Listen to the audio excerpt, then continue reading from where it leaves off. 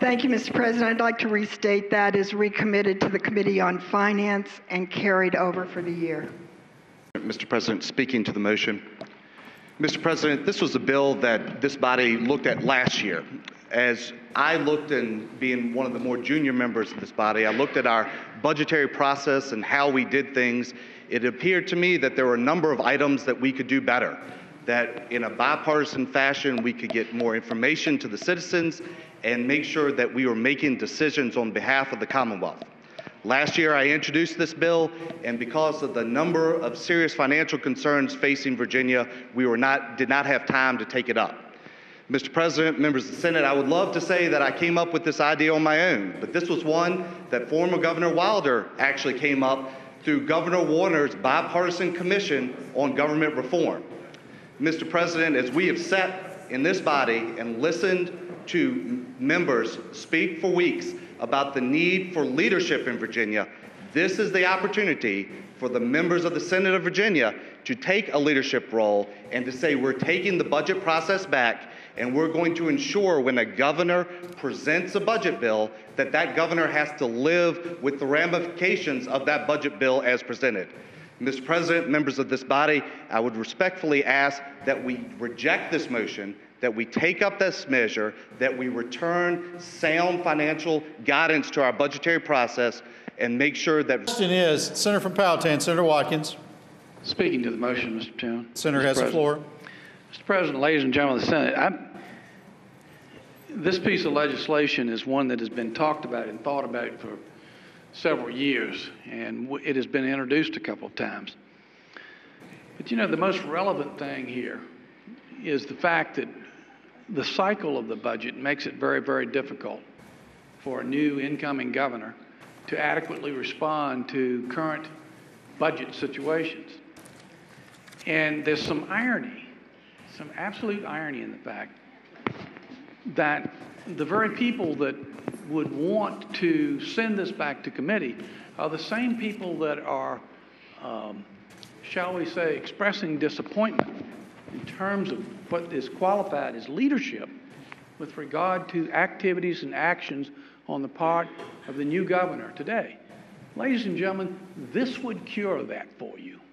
And it doesn't matter whether it's a Republican governor that comes in new or a Democratic governor that comes in new. We would not have this same issue, concern, lack of information, lack of direction, lack of leadership, if you want to call it that. I don't think it is. If we were on a different cycle with regard to this budget. Now, maybe there's some bigger issue that I don't understand. Maybe there's something out there that's not being talked about. Well, if it is, we ought to talk about it. And we ought to lay it out right now so that the public can talk about it too. Because this would cure that very issue.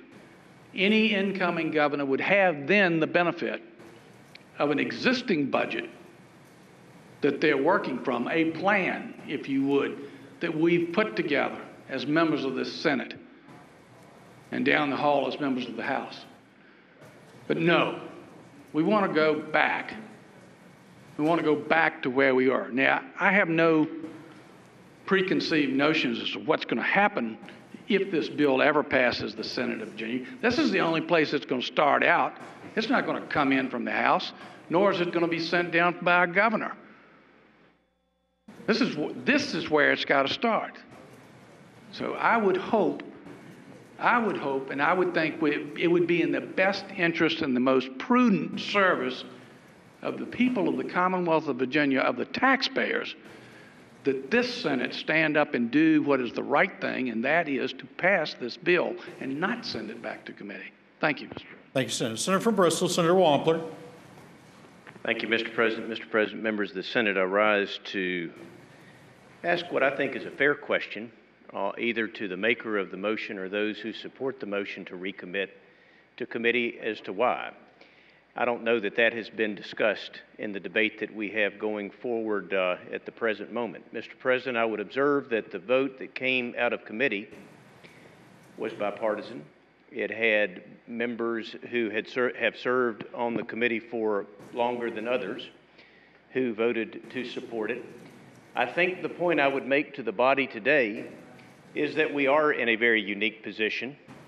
2 Sundays from now, the Senate Finance Committee has the duty to report a budget.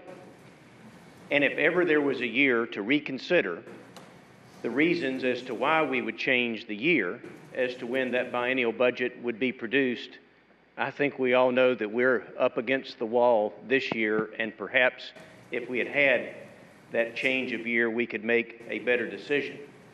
I have consulted, and I feel that sometimes I have worn my welcome out with our chairman of the Finance Committee on options that we may have to consider to bring a balanced budget to this floor.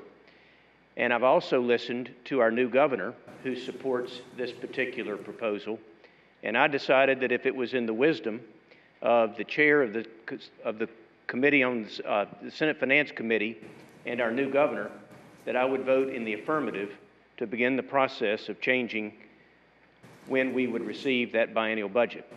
So, Mr. President, I don't know what's going to happen on the other end of the hall, and quite frankly, today on February the 10th, I think, I don't care. What I know is what is before us, and we should exercise our judgment as best we can, and I think that the action that we take today will benefit for many years to come. And that's why I hope that we do not recommit this bill and that we keep it before it and that it continues to move forward. Thank you, Mr. President. Thank you, Senator.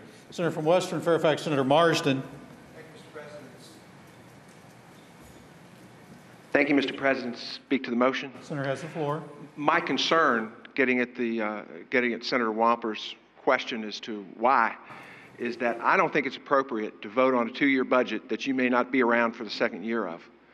You could lose your election. You could put things into the second year of that budget that you know you may not have to live with. And I think that's wrong. I think we need to make sure that we are here and in office for all years of any budget that we pass. Thank you. Thank you, Senator. The senator from James City County, Senator Norman. Mr. President, sometimes I do tend to doze off in the spirited debates that are going on, but I would like to take the opportunity to once again welcome the new senator from Western Fairfax and remind him that he is in the Senate and that we have 4-year terms here. So you will have the opportunity to review and participate in that budget. And if there is anything, Mr. President, that I can do to help you transition to this body, I'm in room 326. Thank you, sir. Senator from Northern Fairfax, Senator Howe. Thank you, Mr. President. I had actually been waiting to speak when the senator from Bristol asked the question, why? And I would like to give him the why I made that motion. I think to everything there is a season. And this year we're facing an unbelievably complex and complicated budget year. I don't think this is the time to change the system we're under. I think that before we have another governor, it might be the time. But for right now, it isn't. And for that reason, Mr. President, I ask that this bill be recommitted and passed by for the day, for the year. Thank you, Senator.